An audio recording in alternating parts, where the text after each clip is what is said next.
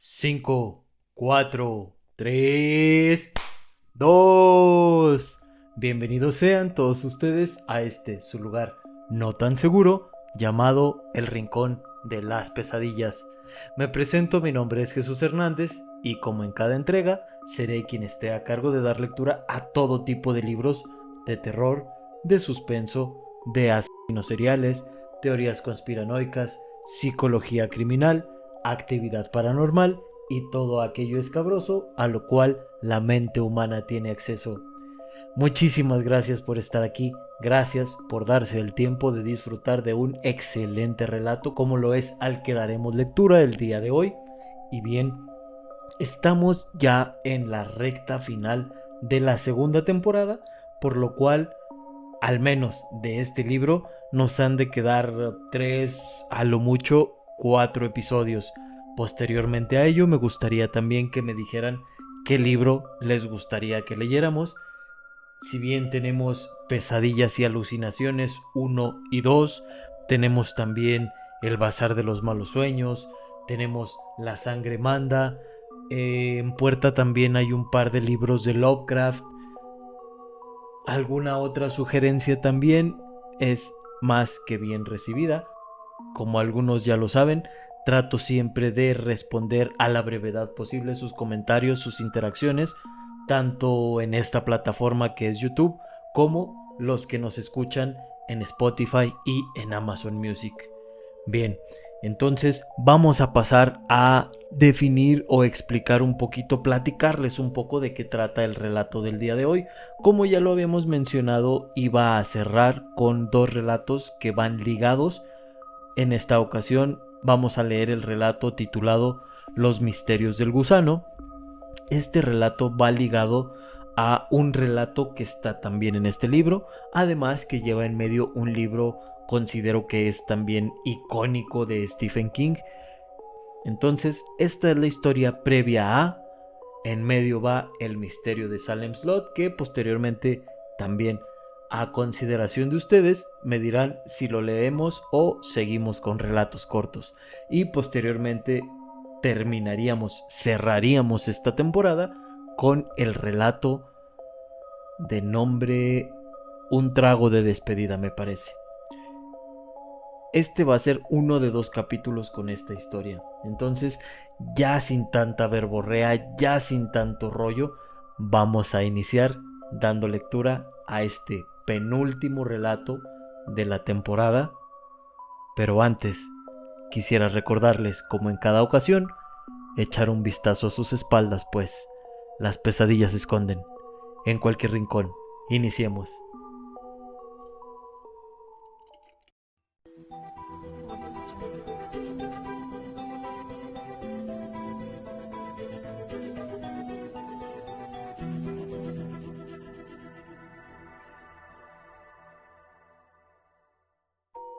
Los misterios del gusano, 2 de octubre de 1850. Querido Bones, fue estupendo entrar en el frío vestíbulo de Chapel White, poblado de corrientes de aire, con todos los huesos doloridos a causa del viaje en ese abominable carruaje, ansioso por desahogar inmediatamente mi vejiga distendida, y ver sobre la obscena mesita de madera de guindo vecina a la puerta una carta en la que aparecían escritas mis señas con tus inimitables garabatos. Te aseguro que me dediqué a descifrarla apenas me hube ocupado de las necesidades de mi cuerpo. En un frío y decorado cuarto de baño de la planta baja, donde veía cómo el aliento se remontaba delante de mis ojos. Me alegra la noticia de que te has recuperado de las miasmas que te habían atacado hace tanto tiempo los pulmones, aunque te aseguro que comprendo el dilema moral que te ha creado el tratamiento. Un abolicionista enfermo que se cura en el territorio soleado esclavista de Florida.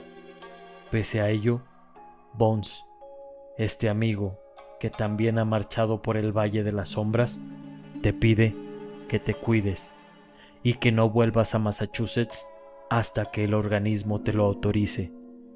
Tu inteligencia sutil y tu pluma incisiva no nos servirán si te reduces a arcilla. Y si el sur es lugar ideal para tu curación, ¿no te parece que hay en ello un elemento de justicia poética? Sí, la casa es tan bella como me habían dicho los albaceas de mi primo, pero bastante más siniestra. Se levanta sobre un colosal promontorio situado unos 13 kilómetros al norte de Portland. Detrás de ella se extiende un parque de alrededor de 1,5 hectáreas, donde la naturaleza ha vuelto a imponerse con increíble ferocidad. Enebros, malezas, arbustos y muchas variedades de enredaderas que trepan, exuberantes, por los pintorescos muros de piedra que separan la propiedad del territorio municipal. Unas espantosas imitaciones de estatuas griegas espían ciegamente entre el follaje. Desde lo alto de varias lomas, y en la mayoría de los casos, parecen a punto de abalanzarse sobre el caminante. Los gustos de mi primo Stephen parecían recorrer toda la gama que va desde lo inaceptable hasta lo francamente horroroso. Hay una extraña glorieta casi sepultada en sumaques escarlatas y un grotesco reloj de sol en medio de lo que antaño debió de ser un jardín. Este constituye el último toque lunático, pero el paisaje que se divisa desde la sala compensa con creces, vaya que sí, todo lo demás. Se domina un vertiginoso panorama de las rocas que se levantan al pie de Chapel Whitehead, y también del Atlántico.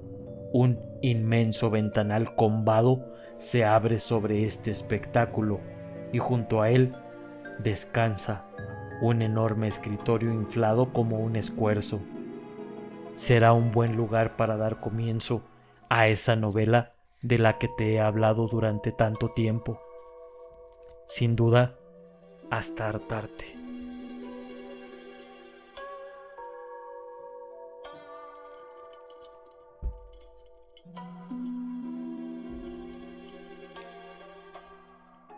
Hoy tenemos un día gris, con lluvia intermitente. Cuando miro hacia afuera, todo parece un estudio en color pizarra. Las rocas, viejas y desgastadas como el tiempo mismo. El cielo y, por supuesto, el mar, que se estrella contra las fauces graníticas de abajo con un ruido que, más que ruido, es como una vibración. Mientras escribo, las olas repercuten bajo mis pies. La sensación no es totalmente desagradable. Sé que desapruebas mis hábitos de hombre solitario, querido Bones, pero te aseguro que me siento bien y dichoso. Calvin me acompaña, tan práctico, silencioso y confiable como siempre. Y estoy seguro de que a mitad de semana, entre ambos habremos puesto las cosas en orden y habremos concretado un acuerdo para que nos envíen desde el pueblo todo lo que necesitamos. Además, habremos contratado una legión de criadas que se encargarán de quitar el polvo de esta casa. Es hora de poner punto final. Todavía tengo que ver muchas cosas. Tengo que explorar muchas habitaciones y sin duda estos delicados ojos deberán posarse aún sobre 1,000,000 de muebles execrables. Nuevamente te agradezco el toque familiar que me trajo tu carta y tu permanente efecto. Cariños a tu esposa, de quien os quiere a ambos. Charles. Esta es la primera carta del relato Los misterios del gusano. En su mayoría son meramente lectura a cartas. Pocos son los momentos descriptivos del relato como tal.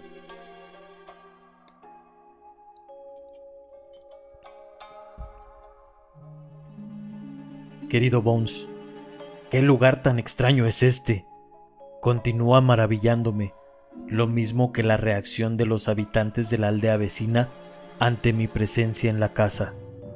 Dicha aldea es un lugar insólito, que ostenta el pintoresco nombre de Preacher's Corner, o sea, esquinas de los predicadores.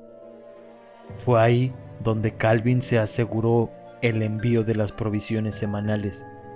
También hizo otra diligencia, que consistió en comprar una cantidad de leña que creo nos bastará para todo el invierno. Pero Cal volvió con un talante lúgubre. Cuando le pregunté qué le sucedía, respondió hoscamente: «Piensan que usted está loco, señor Boone». Me reí y dije que quizás habían oído hablar del acceso de fiebre encefálica que había sufrido después de la muerte de mi Sara. Claro que entonces divagaba como un demente, como tú bien puedes atestiguarlo. Pero Cal replicó que lo único que sabían acerca de mi persona era lo que había contado mi primo Stephen, quien había utilizado los mismos servicios que yo acabo de contratar. «Lo que dijeron, señor, es que en Chapelwaite solo puede vivir un lunático o alguien que se arriesga a enloquecer». Esto me dejó muy perplejo, como te imaginarás, y le pregunté quién le había dado esa asombrosa información. Me contestó que le habían puesto en contacto con un huraño y bastante embrutecido plantador llamado Thompson, que posee 100 hectáreas pobladas de pinos, abedules y abetos, y que los corta con la ayuda de sus 5 hijos para venderlos a los aserraderos de Portland y a las familias de la comarca. Cuando Cal, que desconocía su raro prejuicio, le informó a dónde debía transportar la leña, Thompson le miró boquiabierto y dijo que enviaría a sus hijos con la madera en pleno día y por el camino que bordea el mar. Calvin, que aparentemente confundió mi desconcierto con aflicción, se apresuró a aclarar que el hombre apestaba a whisky barato y que luego se había explayado en una serie de desvaríos acerca de una aldea abandonada y las relaciones del primo Stephen con los gusanos. Calvin cerró el trato con uno de los hijos de Thompson que, según parece, se mostró bastante insolente y tampoco estaba demasiado sobrio ni olía muy bien. Creo que en la misma aldea de Preacher's Corner se produjeron algunas reacciones análogas. Por ejemplo, en el almacén donde Cal habló con el propietario, aunque ahí el tono fue más confidencial.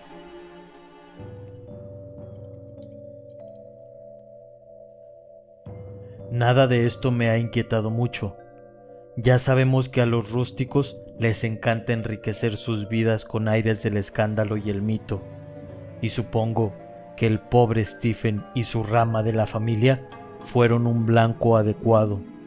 Como le dije a Cal, un hombre que encontró la muerte al caer prácticamente desde el porche de su casa es un excelente candidato para inspirar habladurías. La casa no cesa de despertar mi asombro. 23 habitaciones, Bones.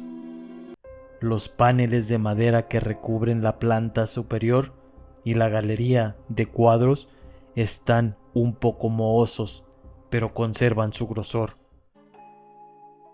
Mientras me hallaba en el dormitorio de mi difunto primo, arriba oí las ratas que correteaban detrás de esos paneles, y deben de ser muy grandes, a juzgar por el ruido que hacen. Casi como si se tratara de pisadas de seres humanos. No me gustaría toparme con una de ellas en la oscuridad, ni a decir verdad, en plena luz. De todas formas, no he visto cuevas ni excrementos. Es curioso. A lo largo de la galería superior se alinean unos feos retratos, cuyos marcos deben de valer una fortuna. Algunos de esos rostros tienen un aire que asemeja con Stephen, tal como yo lo recuerdo. Creo haber identificado a mi tío Henry Boone y a su esposa Judith, pero los otros no despiertan en mí ninguna evocación. Supongo que uno de ellos puede ser el de mi famoso abuelo, Robert, pero la rama de la familia de la que forma parte Stephen me resulta prácticamente desconocida, cosa que lamento de todo corazón. Estos retratos, a pesar de su escasa calidad, reflejan el mismo buen humor que chispeaban en las cartas que Stephen nos escribía a Sarah y a mí, la misma irradiación de refinada inteligencia. Qué estúpidas son las razones por las cuales riñen las familias. Un escritorio desvalijado, unas injurias intercambiadas entre hermanos que han muerto 3 generaciones atrás, y se produce un distanciamiento injustificado entre descendientes inocentes. No puedo dejar de alegrarme de que tú y John Petty consiguieran comunicarse con Stephen cuando todo parecía indicar que yo seguiría a mi Sarah al otro mundo. Al mismo tiempo que me apena que el azar nos haya privado de un encuentro personal. ¿Cómo me habría gustado oírle defender las estatuas y los muebles ancestrales? Pero no me dejes denigrar exageradamente esta casa. Es cierto que el gusto de Stephen no coincide con el mío. Más debajo de sus agregados superpuestos hay auténticas obras maestras, algunas de ellas cubiertas por fundas en las habitaciones superiores. Hay camas, mesas y pesadas tallas oscuras en teca y caoba, y muchos de los dormitorios y antecámaras. El estudio de arriba y una salita tienen un austero encanto. Los pisos son de sólido pino y lucen con un resplandor íntimo y secreto. Aquí encuentro dignidad y el peso de los años. Aún no puedo decir que me gusta, pero sí me inspira respeto, y estoy ansioso por ver cómo el lugar se transforma a medida que pasamos por los cambios de este clima septentrional. ¡Qué prisa, señor! Escribe pronto, Bones. Háblame de todos tus progresos y cuéntame qué noticias tienes de Petty. Y los demás, claro. Y por favor, no cometas el error de inculcar tus ideas de forma demasiado compulsiva a tus nuevas amistades sureñas. Entiendo que ahí no todos se conforman con responder solo con la boca, como lo hace nuestro locuaz amigo, el señor Calhoun. Afectuosamente, Charles. Esa fue la segunda carta.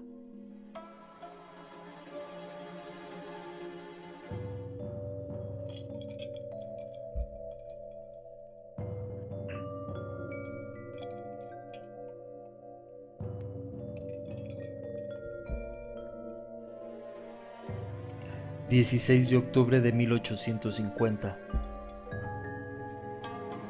Querido Richard, hola, ¿cómo estás? He pensado muchas veces en ti desde que me instalé aquí, en Chapelwaite, y no perdía la esperanza de recibir noticias tuyas. Pero ahora, Bones me comunica por carta que olvidé dejar mis señas en el club. Puedes estar seguro de que de todas maneras te habría escrito, porque a veces me parece que mis auténticos y leales amigos son lo único seguro y absolutamente normal que me queda en el mundo. Y ay Dios, cómo nos hemos dispersado. Tú estás en Boston y escribes consecuentemente en El Liberador, al que, te advierto, también le he enviado mi dirección. Hanson está en Inglaterra, en una de sus condenadas correrías, y el pobre viejo Bones está en la mismísima Guardia de León curando sus pulmones. Aquí todo marcha bien, dentro de los límites de lo previsible, y no dudes que te suministraré una reseña completa cuando no esté tan apremiado por lo que ocurre a mi alrededor. En verdad, creo que algunos hechos que se han sucedido en Chapelwaite y en la comarca circundante estimularían tu sensibilidad jurídica.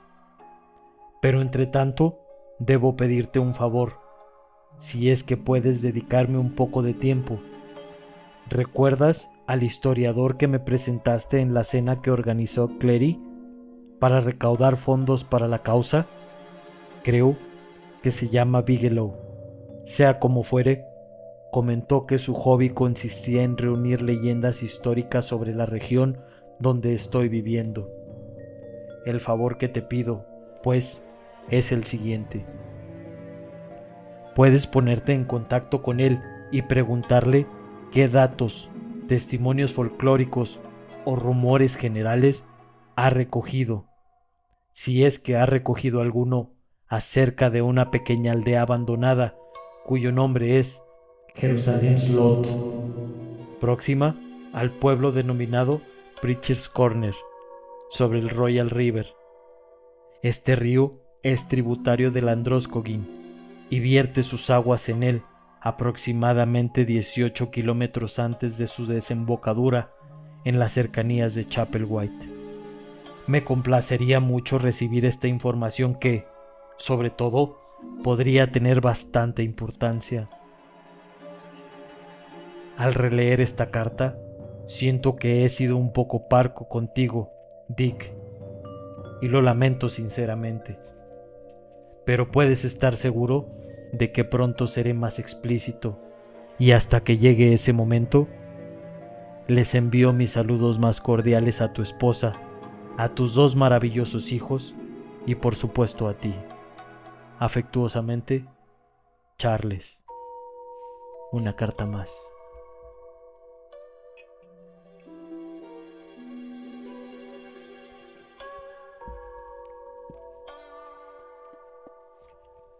«16 de octubre de 1850. Querido Bones, debo contarte una historia que nos parece un poco extraña e incluso inquietante. A Cal y a mí. Veremos qué opinas tú. En el peor de los casos, te servirá para distraerte mientras lidias con los mosquitos. 2 días después de que te hube enviado mi última carta, llegó aquí un grupo de 4 jovencitas de Corners, supervisadas por una dama madura, de aspecto intimidatoriamente idóneo, la señora Cloris. Venían a poner la casa en orden y a eliminar el polvo que me hacía estornudar constantemente. Todas parecían un poco nerviosas mientras realizaban sus faenas. Incluso una damisela arisca lanzó un gritito cuando entré en la salita de arriba mientras ella limpiaba. Le pedí una explicación a la señora Cloris, que quitaba el polvo del vestíbulo con una implacable tenacidad que habría asombrado, con el cabello protegido por un pañuelo desteñido, y ella se volvió hacia mí con aire resuelto. «No les gusta la casa, señor, y a mí tampoco, porque siempre ha sido un lugar siniestro». Cuando oí tan inesperado aserto, se me desencajó la mandíbula y la mujer prosiguió con tono más amable. «No quiero decir que Stephen Boone no fuese una excelente persona, pero lo era. Mientras vivió aquí, le limpiaba la casa cada 2 jueves, así como antes había estado al servicio de su padre, el señor Randolph Boone, hasta que él y su esposa fallecieron en 1816. El señor Stephen era un hombre bueno y afable, como parece serlo usted, señor. Y le ruego que disculpe mi tono tan directo, pero no sé hablar de otro modo. Mas la casa es siniestra, y siempre lo ha sido, y ningún Boone ha sido dichoso en ella desde que su abuelo Robert y el hermano de este, Philip, riñeron en 1789. Al decir esto, hizo una pausa casi culpable. Por un robo. ¿Qué memoria tiene la gente, Bones? La señora Cloris continuó. La casa fue construida en una atmósfera de desdicha. Ha sido habitada en una atmósfera de desdicha. No sé si sabes o no, Bones, que mi tío Randolph estuvo complicado en un accidente en la escalera del sótano que le costó la vida a su hija Marcela. Y después, él se suicidó en un acceso de remordimiento. Stephen me contó el episodio en una de sus cartas, en la triste circunstancia del cumpleaños de su difunta hermana, y en ella se han producido desapariciones y accidentes. He trabajado aquí, señor Boone, y no soy ciega ni sorda. He oído ruidos espantosos en las paredes, señor. Ruidos espantosos, golpes y crujidos, y una vez un extraño aullido que era mitad risa. Aquello me congeló la sangre. Este es un lugar sórdido, señor. Al decir esto calló. Quizá tenía miedo de haberse excedido. En cuanto a mí, no sabía si sentirme ofendido o divertido, curioso o sencillamente indiferente. Temo que la socarronería se impuso sobre mis otros sentimientos. ¿Y qué sospecha, señora Cloris? ¿Que los fantasmas hacen rechinar las cadenas? Pero ella se limitó a dirigirme una mirada enigmática. Es posible que haya fantasmas, pero no en las paredes. No son fantasmas los que aúllan y sollozan como condenados y chocan y tropiezan en la oscuridad. Son... Vamos, señora Cloris, la asusé. Si ha llegado hasta este punto, ¿por qué no completa lo que empezó? En su rostro asomó la expresión más rara de terror, resentimiento y, lo juraría, respeto religioso. Algunos no mueren, susurró. Algunos viven en las sombras crepusculares, entre los dos mundos, para servirlo a él. Y eso fue todo. Seguí acosándola con mis preguntas durante unos minutos, pero ella se empecinó aún más y se resistió a agregar alguna palabra. Por fin desistí, temiendo que recogiera sus trastos y abandonara la casa. Este fue el fin de un incidente, pero a la noche siguiente se suscitó otro. Calvin había encendido la chimenea en la planta baja y yo estaba sentado en la sala, aletargado sobre un ejemplar de El Inteligente y oyendo el ruido que producían las trombas de lluvia al azotar el amplio ventanal. Me sentía tan a gusto como solo puedes sentirte en una noche como esa, cuando fuera reina la inclemencia y dentro todo es tibieza y comodidad. Pero Cal apareció un momento después en la puerta, excitado y un poco nervioso. ¿Está despierto, señor?, preguntó. Apenas, respondí. ¿Qué sucede? Arriba he descubierto algo que creo que usted debería ver, explicó, con el mismo aire de excitación reprimida. Me puse en pie y le seguí. Mientras subíamos por la ancha escalera, Calvin dijo: Estaba leyendo un libro en el estudio de arriba, un lugar bastante extravagante, cuando oí un ruido en la pared. Ratas, comenté. ¿Eso es todo? Se detuvo en el rellano y me miró solemnemente.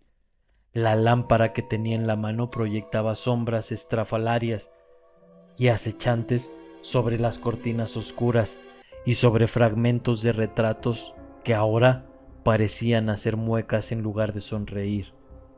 Fuera, el viento aumentó de intensidad hasta trocarse en un breve alarido y después amainó renuentemente. No son ratas, dictaminó Cal.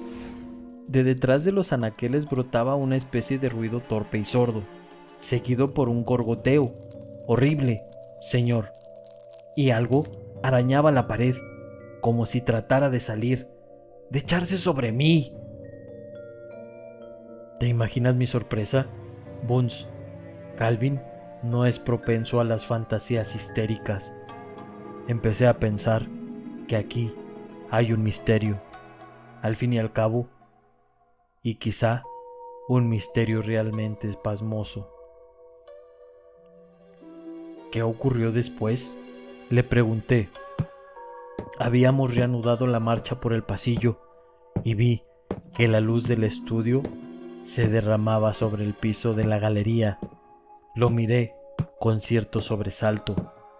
La noche ya no me parecía confortable. Los arañazos cesaron. Al cabo de un momento se repitieron los ruidos sordos, deslizantes, esta vez alejándose de mí. Hicieron un alto, y juro, en verdad le juro que escuché una risa extraña, casi inaudible. Me acerqué a la biblioteca y empecé a empujar y a tirar, pensando que quizá había un tabique o una puerta secreta. ¿Encontraste algo? Cal se detuvo en el umbral del estudio. No, pero hallé esto. Entramos y vi un agujero negro y cuadrangular en el anaquel de la izquierda. Ahí los libros no eran tales, sino imitaciones, y lo que Cal había descubierto era un pequeño escondite. Alumbré su interior con la lámpara y no vi más que una espesa capa de polvo que debía de haberse acumulado durante décadas. Solo contenía esto, dijo Cal parsimoniosamente, y me entregó un folio amarillento. Era un mapa dibujado con trazos aracnoideos de tinta negra. El mapa de un pueblo o una aldea. Había quizás 7 edificios, y uno, nítidamente marcado con un campanario, ostentaba esta leyenda al pie: el gusano que corrompe. En el ángulo superior izquierdo, una flecha señalaba hacia lo que debería haber sido el noroeste de la aldehuela. Debajo de ella estaba escrito Chapelwhite. El pueblo, señor, dijo Calvin. Alguien mencionó con aire bastante supersticioso una aldea abandonada que se llama Jerusalem Slot. Es un lugar que todo el mundo elude. ¿Y esto?, pregunté, mostrando la extraña leyenda que figuraba al pie del campanario. Lo ignoro. Por mi mente cruzó el recuerdo de la señora Cloris, inflexible pero asustada. El gusano, murmuré. ¿Sabe algo, señor Boone? Quizá sería divertido salir mañana hacia esta aldea. ¿No te parece, Cal? Hizo un ademán afirmativo, con los ojos brillantes. Después pasamos casi una hora buscando una abertura en la pared, detrás del compartimento que había descubierto Cal, pero fue en vano. Tampoco se repitieron los ruidos de los que había hablado Cal. Esa noche nos acostamos sin más incidentes. A la mañana siguiente, Calvin y yo iniciamos nuestra expedición por el bosque. La lluvia de la noche había cesado, pero el cielo estaba oscuro y encapotado. Vi que Cal me miraba dubitativamente y me apresuré a asegurarle que si me cansaba o si la caminata se prolongaba demasiado, no vacilaría en desistir.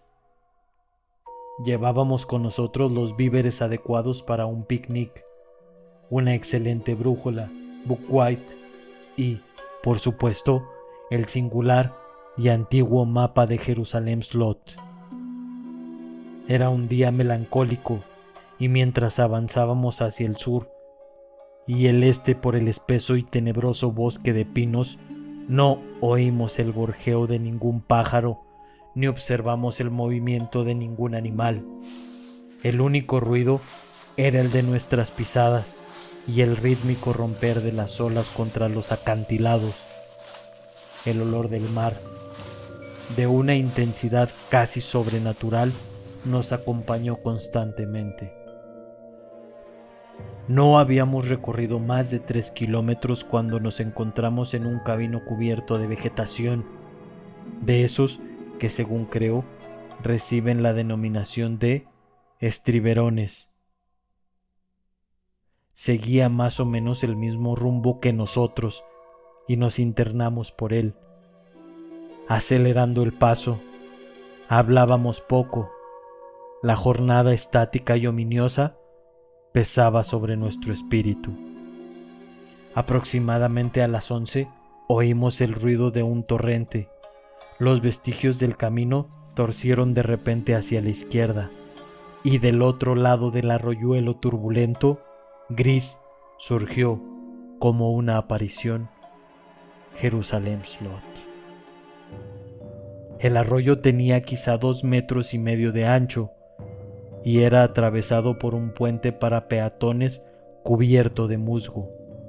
Del otro lado, Bunz se levantaba la aldehuela más perfecta que pueda imaginar, lógicamente deslucida por la intemperie, pero asombrosamente conservada. Varias casas construidas en el estilo austero, pero imponente por el que los puritanos conquistaron justa fama, se apiñaba junto al escarpado barranco. Más allá, flanqueando una calle poblada de malezas, se levantaban 3 o 4 edificios que quizá correspondían a las primitivas tiendas, y más lejos aún se alzaba hacia el cielo gris el campanario marcado en el mapa, indescriptiblemente tétrico, con su pintura descascarada y su cruz herrumbrada, ladeada. Jerusalem Slot, el destino de Jerusalén, comentó Cal en voz baja. Han elegido bien el nombre. Nos encaminamos hacia la aldea y empezamos a explorarla. Y aquí es donde mi relato se torna un poco extravagante, Bunz. De modo que prepárate. Cuando marchamos entre los edificios, la atmósfera nos pareció pesada, o cargada, si te parece mejor. Las construcciones estaban decrépitas, con los póstigos desquiciados y los techos vencidos bajo el peso de las copiosas nevadas que habían debido soportar. Las ventanas polvorientas remedaban muecas maliciosas. Las sombras de las esquinas irregulares y los ángulos combados parecían agazaparse en charcas siniestras.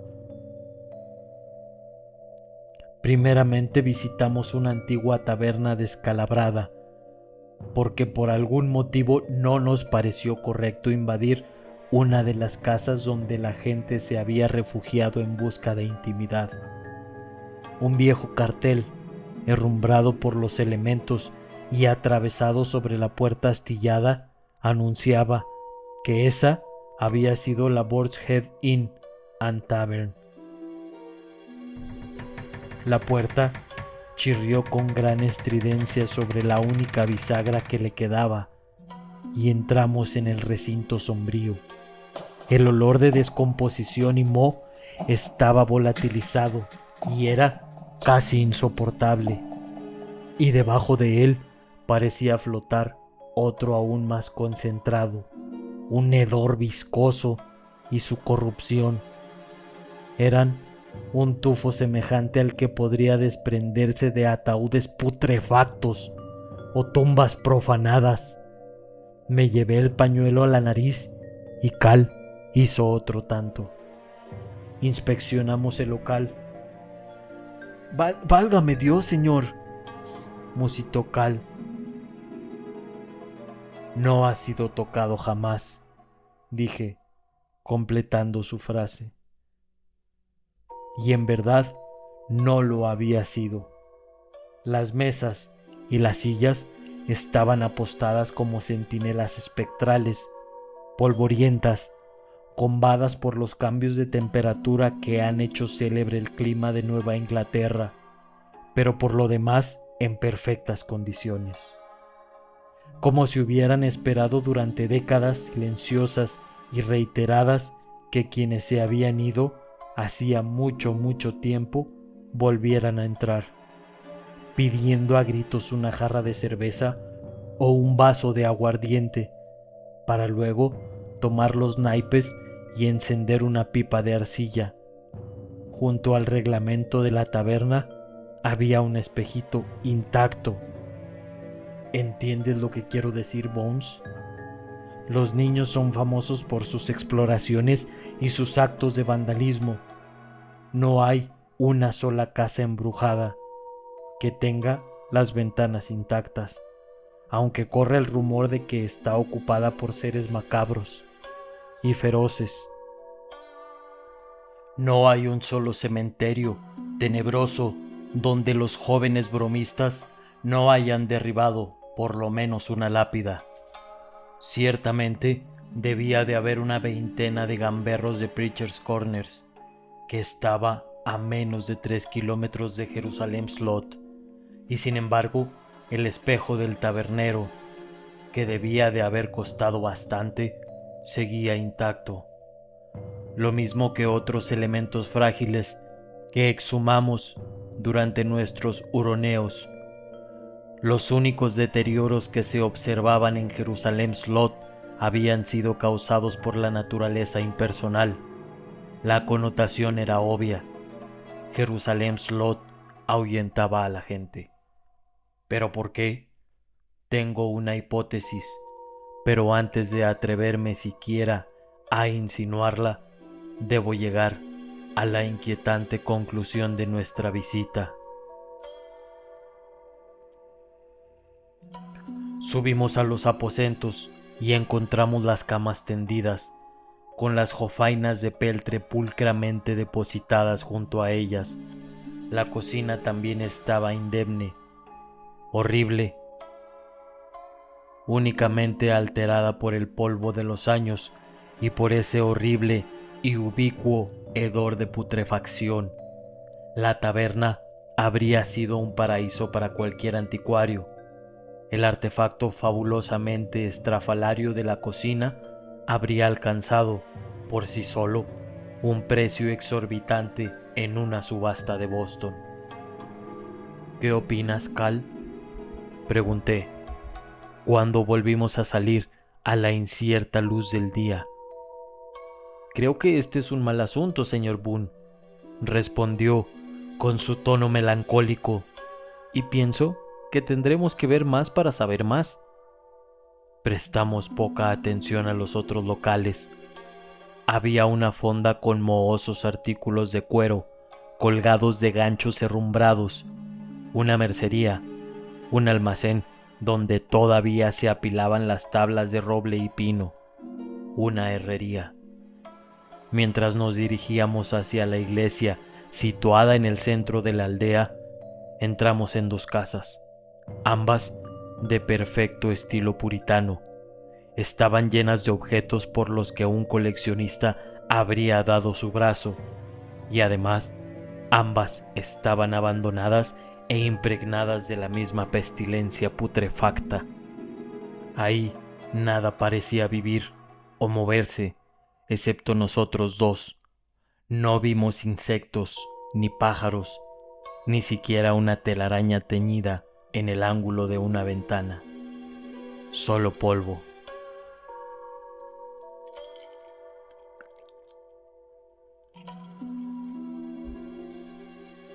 Por fin llegamos a la iglesia. Se alzaba sobre nosotros, hosca, hostil, fría. Sus ventanales estaban ennegrecidos por las sombras interiores, y hacía mucho tiempo que habían perdido todo vestigio de divinidad o santidad. De ello estoy seguro. Subimos por la escalinata y apoyé la mano sobre el gran tirador de hierro. Calvin y yo intercambiamos una mirada decidida, lúgubre. Abrí la puerta. ¿Cuánto tiempo hacía que no la tocaban? Me atrevería a afirmar que yo era el primero que lo hacía en 50 años, o quizá más. Los goznes, endurecidos por la herrumbre, chirriaron cuando la abrí. El olor de podredumbre y descomposición que nos ahogó era casi palpable. Cal tuvo arcadas y volvió involuntariamente la cabeza para respirar aire fresco. «Señor», dijo, «¿está seguro de que...?» «Me siento bien», respondí con tono tranquilo, pero mi serenidad era fingida. Bones no estaba tranquilo, como no lo estoy ahora. Creo, igual que Moisés, que Jeroboam, que Increase Mater y que nuestro propio Hanson, cuando estaba de humor filosófico, que hay lugares espiritualmente aviesos, edificios donde la leche del cosmos se ha puesto agria y rancia. Esta iglesia es uno de esos lugares, podría jurarlo. Entramos en un largo vestíbulo equipado con un perchero polvoriento y con anaqueles llenos de libros de oraciones. No había ventanas. De trecho en trecho había lámparas de aceite empotradas en nichos. Un recinto vulgar, pensé, hasta que oí la exclamación ahogada de Calvin y vi lo que él ya había visto. Era una obscenidad. Me resisto a describir ese cuadro primorosamente enmarcado y solo diré que estaba pintado en el estilo opulento de Rubens, que se trataba de una grotesca parodia de la Madonna y el Niño, y que unas criaturas extrañas, parcialmente envueltas en sombras, retozaban y se arrastraban por el fondo. «Dios mío», susurré. «Aquí no está Dios», contestó Calvin, y sus palabras parecieron quedar flotando en el aire. Abrí la puerta que conducía a la iglesia propiamente dicha. El olor se convirtió en una miasma casi asfixiante. Bajo la media luz reverberante de la tarde, los bancos se extendían fantasmales hasta el altar. Sobre ellos se elevaba un alto púlpito de roble y un retablo penumbroso en el que refulgía el oro. Calvin, ese devoto protestante, se persinó con un débil sollozo, y yo lo imité, porque el elemento de oro era una gran cruz, bellamente labrada, pero que colgaba invertida, simbolizando la misa de Satán. «Debemos conservar la calma», me oí decir.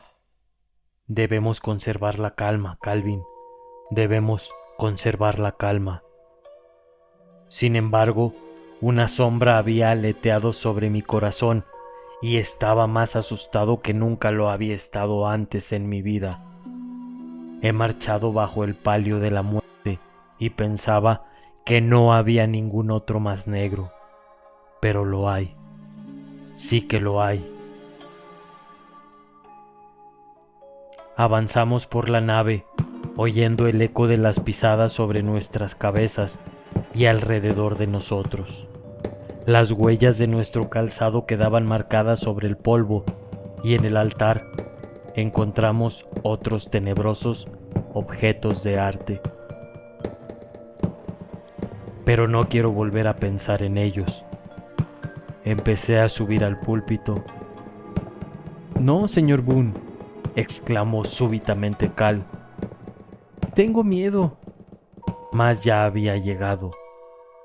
Un libro inmenso descansaba abierto sobre el atril. Estaba escrito en latín y en jeroglífico rúnico que mi ojo inexperto catalogó como drúdico o prosélico. Te adjunto una tarjeta con varios de estos símbolos dibujados de memoria. Cerré el libro y leí las palabras estampadas sobre el cuero: De vermis mysteris. Mis conocimientos de latín casi se han desvanecido, pero me bastan para traducir Los misterios del gusano. Cuando toqué el volumen, la iglesia maldita y las facciones de Calvin, blancas y levantadas hacia mí, parecieron fluctuar ante mis ojos. Tuve la impresión de oír voces apagadas que entonaban un cántico impregnado de miedo y al mismo tiempo abyecto y ansioso, y debajo de este sonido otro que llevaba las entrañas de la tierra. Una alucinación, sin duda, pero en ese mismo momento la iglesia se pobló con un ruido muy concreto que solo puedo describir como una colosal y macabra convulsión bajo mis pies. El púlpito tembló bajo mis dedos. La cruz, profanada, se estremeció en la pared. Cal y yo salimos juntos, dejando la iglesia librada a su propia oscuridad, y ninguno de los dos se atrevió a mirar atrás hasta después de haber cruzado los dos toscos maderos que unían los márgenes del arroyo. No diré que echamos a correr, mancillando los 1900 años que el hombre ha pasado tratando de superar su condición de salvaje, intimidado y supersticioso. Pero mentiría si dijera que caminamos plácidamente. Esta es mi historia. No ensombrezcas tu recuperación pensando que ha vuelto a atacarme la fiebre. Cal ha sido testigo de todo lo que narro en estas páginas, incluyendo el pavoroso ruido. Pongo fin a esta carta, agregando solo que anhelo verte, seguro de que si te viera gran parte de mi perplejidad se disiparía inmediatamente, y que sigo siendo tu amigo y admirador. Charles, he aquí una carta más. Me parece que es la cuarta.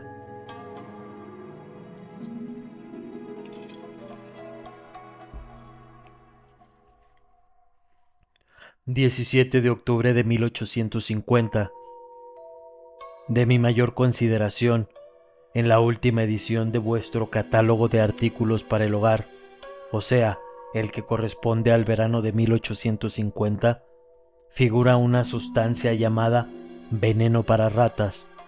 Deseo comprar una lata de 1 kilogramo de este producto al precio estipulado de 30 céntimos. Adjunto franqueo de retorno. Enviará Calvin McCain, Chapelwaite, Preacher's Corners, Cumberland Country, Maine.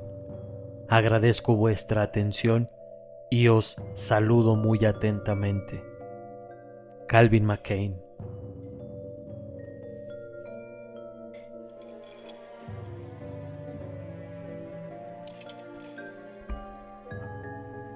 «19 de octubre de 1850. Querido Bones, novedades inquietantes. Los ruidos de la casa se han intensificado y estoy cada vez más convencido de que las ratas no son las únicas que se mueven dentro de nuestras paredes. Calvin y yo practicamos otra búsqueda infructuosa de recovecos o pasadizos ocultos. No encontramos ninguno. Qué mal encajaríamos en una de las novelas de la señora Radcliffe. Cal alega, sin embargo, que buena parte de los ruidos proceden del sótano, y esa parte de la casa es la que pensamos explorar mañana.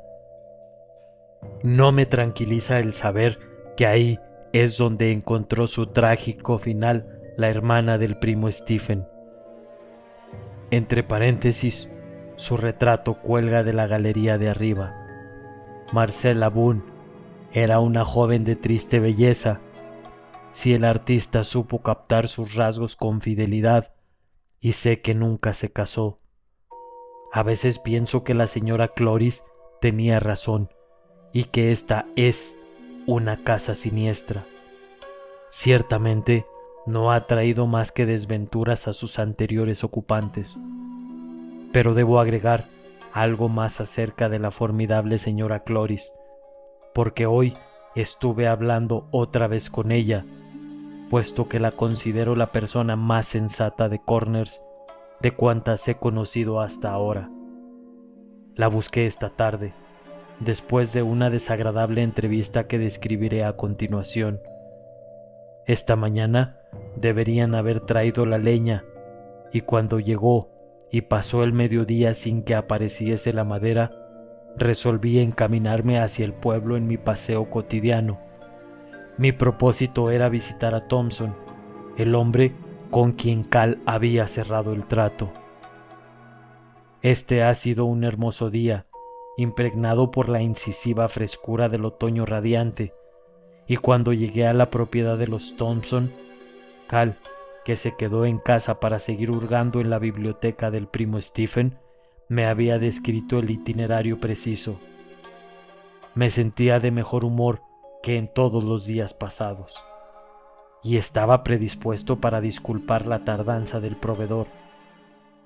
Me encontré ante una multitud de malezas enmarañadas y construcciones destartaladas que necesitaban una mano de pintura. A la izquierda del establo, una puerca descomunal, lista para la matanza de noviembre, gruñía y se revolcaba en una pocilga lodosa, y en el patio lleno de basura que separaba la casa de las dependencias anexas, una mujer que usaba un astroso vestido de algodón alimentaba a las gallinas con el maíz acumulado en el hueco de su delantal. Cuando la saludé, volvió hacia mí su rostro, pálido y desvaído. Fue asombroso ver cómo su expresión, absolutamente estólida, se transformaba en otra de frenético terror. Solo se me ocurre pensar que me confundió con Stephen, porque hizo el ademán típico para ahuyentar el mal de ojo y lanzó un alarido. Los granos de maíz se desparramaron a sus pies y las gallinas se alejaron aleteando y cacaraqueando. Antes de que yo pudiera articular una palabra, un hombre gigantesco y encorvado, cuya única vestimenta eran unos calzoncillos largos, salió tambaleándose de la casa con un rifle para cazar ardillas en una mano y un porrón en la otra. Al ver sus ojos inyectados en sangre y su porte inseguro, llegué a la conclusión de que era el leñador Thompson en persona. «¡Un Boone!», bramó. «¡Maldita sea!». Dejó caer el porrón y él también hizo la señal. «He venido», dije, con la mayor ecuanimidad posible, dadas las circunstancias, «porque no recibí la madera, según lo convenido con mi acompañante». «¡Maldito sea también su acompañante! ¡Es lo que digo!». Y por primera vez me di cuenta de que pese a su actitud fanfarrona tenía un miedo atroz. Empecé a preguntarme seriamente si su ofuscación no lo induciría a dispararme con el rifle. «Como testimonio de cortesía», empecé a decir cautelosamente. «¡Maldita sea su cortesía!». «Muy bien, pues», manifesté con la mayor dignidad posible, «me despido hasta que recupere el control de sus actos». Di media vuelta y eché a caminar hacia la aldea. «¡No vuelva!», chilló a mis espaldas. «¡Quédese ahí con su maldición! ¡Maldito! ¡Maldito! ¡Maldito!». Me arrojó una piedra que me golpeó en el hombro. porque no quise darle la satisfacción de agacharme, de modo que fui en busca de la señora Cloris, resuelto a elucidar por lo menos el misterio de la hostilidad de Thompson.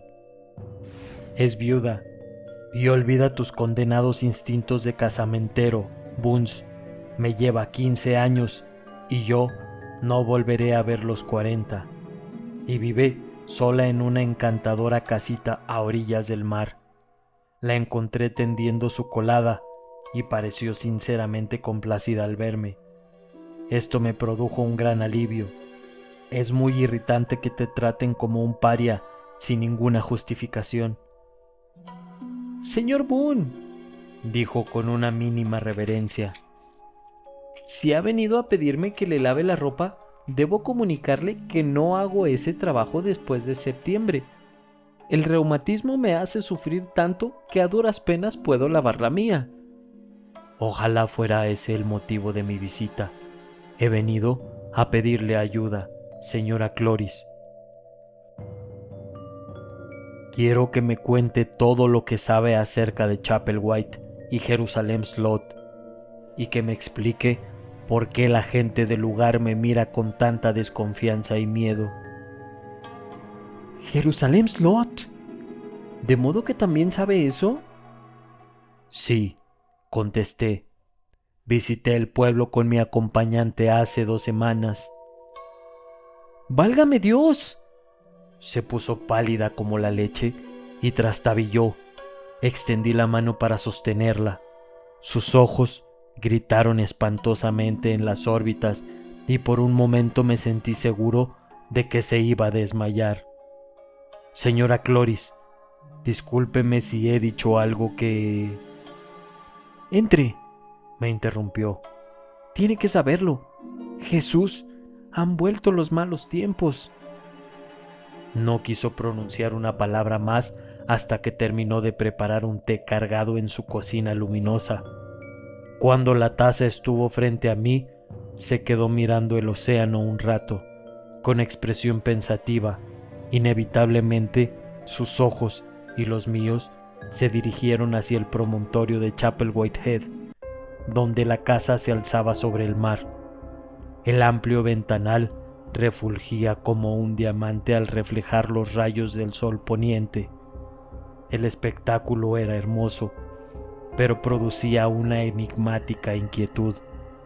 Se volvió de pronto hacia mí y exclamó vehementemente: «Debe irse, enseguida, de Chapelwaite, señor Boone».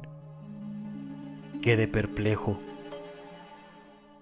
Desde que se instaló ahí flota un hálito siniestro en el aire. Durante la última semana, a partir del momento en que pisó aquel lugar maldito, se han sucedido los presagios y portentos. Un velo sobre la faz de la luna, bandadas de chotacabras que animaban en los cementerios y un parto anómalo. Debe irse, señor Boone. Cuando recuperé el uso de la palabra, hablé con la mayor afabilidad posible. Señora Cloris, todo esto son fantasías. Usted debe de saberlo.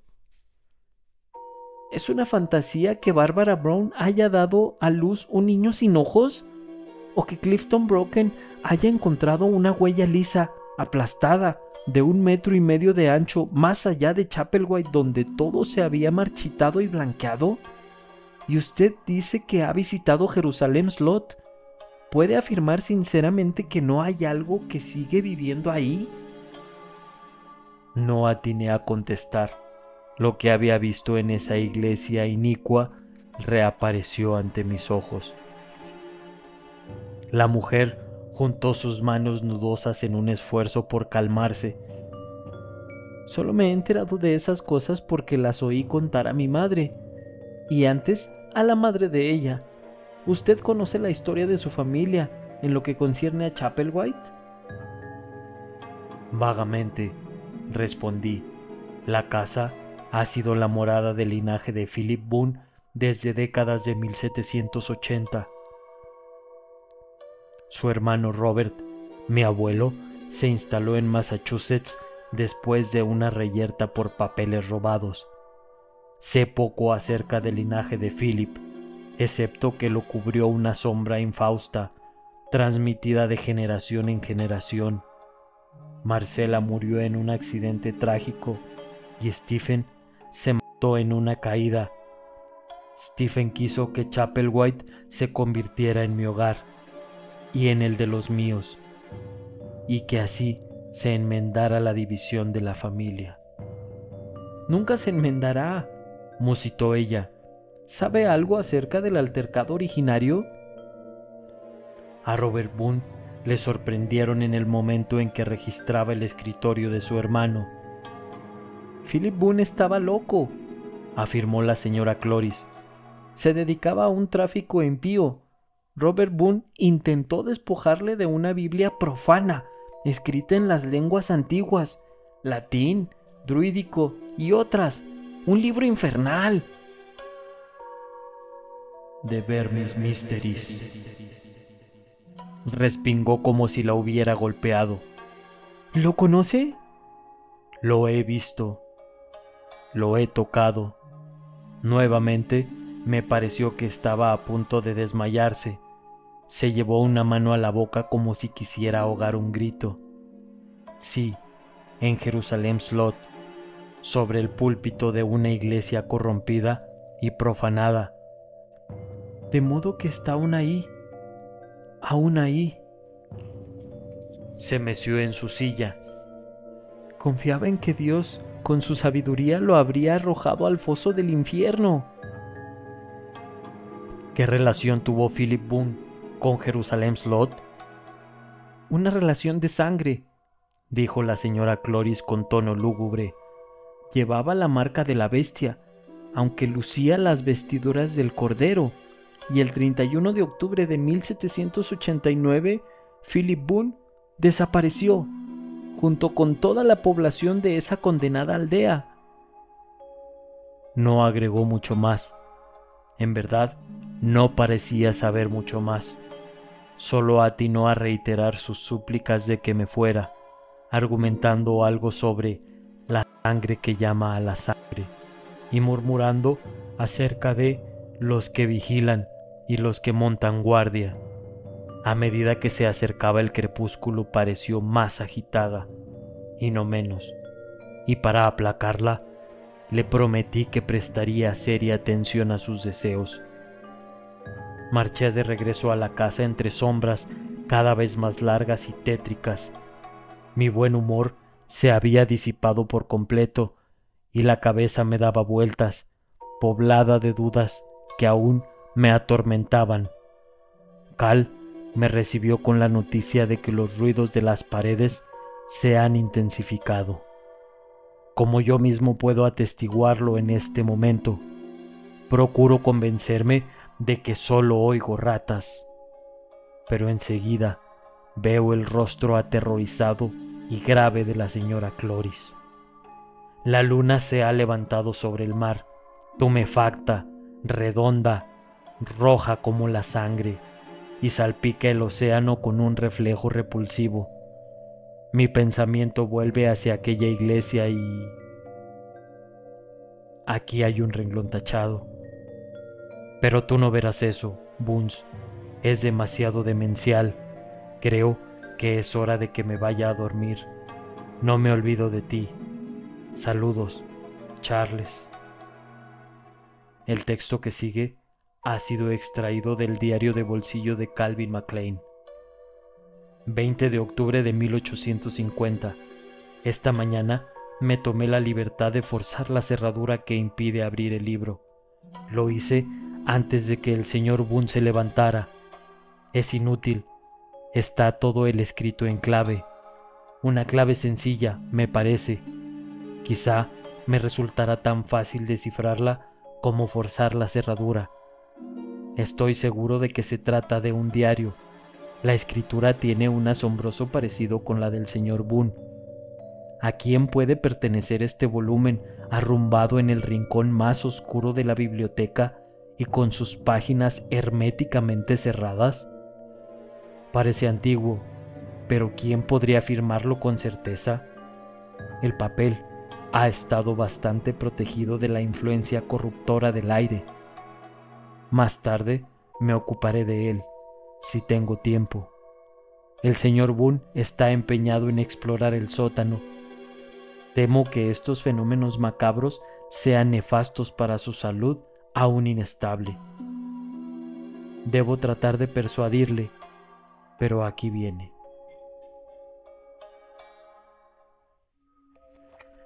Considero que es buen momento para dejar aquí la lectura de este relato y continuar la siguiente semana. Espero que se estén dejando llevar por el suspenso, que esta intriga les carcoma por dentro y les mantenga a la espera de nuestro siguiente episodio. Por mi parte ha sido todo, yo me retiro, no sin antes desearles agonizantes días y plañideras noches. Hasta la próxima.